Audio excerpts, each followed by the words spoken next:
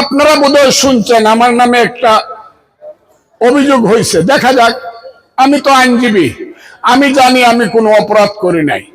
আর অপরাধ না করলে আইন আমার উপরে কেন হস্তক্ষেপ করবে? আমি জানি সত্যের জয় হবে, আমি জানি সত্য জয়ী হবে, মিথ্যা পরাজিত হবে।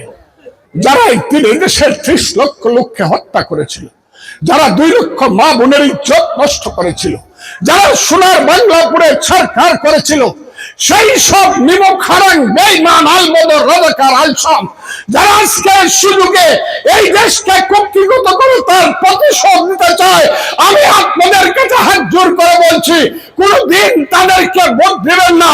বাংলাদেশে তাদের বিরুদ্ধে আপনারা রুখে দাঁড়াবেন এবং আমি বারে বারে আপনাদের দরজায় আসবো মানুষের জন্য, আপনাদের সেবার জন্য। ওই যারা আমার কাছে দাবি করেছেন রাস্তাঘাট, আর রাস্তাঘাট হলে আমি এমপি রে তো আমার রাস্তাঘাট চেয়ারম্যান দিয়ে করাই দিব, আমার আওয়াজ লাগবে। আমি অনেক কাজ করব। এই এলাকা হবে সোনার এলাকা, এখানে ভাইয়ে ভাইয়ে গন্ডগোল থাকবে না, পাড়ায় পাড়ায় গোষ্ঠী গোষ্ঠী দ্বন্দ্ব থাকবে না। এইখানে বিএ পাস এমএ পাস করে কোন সন্তান বেকার থাকবে না। এইখানে যুবক ছেলেরা বাজারে এসে হিরোইন গাঁজা মদ খায়া পড়ে থাকবে না।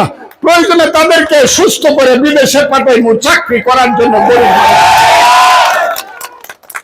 এইখানে আমি যদি এমপি হই আর এই এলাকার চেয়ারম্যান যে হবে, আমি ধরে নিলাম এই এলাকার চেয়ারম্যান হবে আমার যে কোনো সন্তান, আমি তাকে রাতের বেলা জিজ্ঞাসা করব, তুমি কি তোমার মেম্বারদেরকে 9টা ওয়ার্ডে জিজ্ঞাসা করেছো কোন মানুষ না খেয়ে ঘুমিয়েছে কিনা?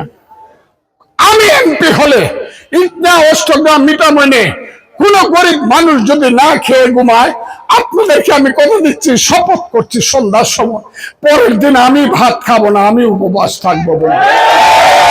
আমি সেই ফজলুর রহমান দেশটাকে দেখতে চাই, দেশের মানুষের জন্য সব কিছু করতে চাই। সারা জীবন আপনাদের দুয়ারে দুয়ারে ঘুরেছি, জীবনের যৌবন গেছে, এখন বৃদ্ধ হয়ে গেছি, কবে মারা যাবো জানি না। প্রতিদিন আপনার দৌড়ে এসেছি, ষড়যন্ত্র করে আমার ভোট লুট করে আমাকে ফেল করানো হয়েছে। এটা আমার জীবনের শেষ নির্বাচন। আপনারা কি চান না আমি আপনাদের প্রতিনিধিত্ব করি? শেষ নির্বাচন।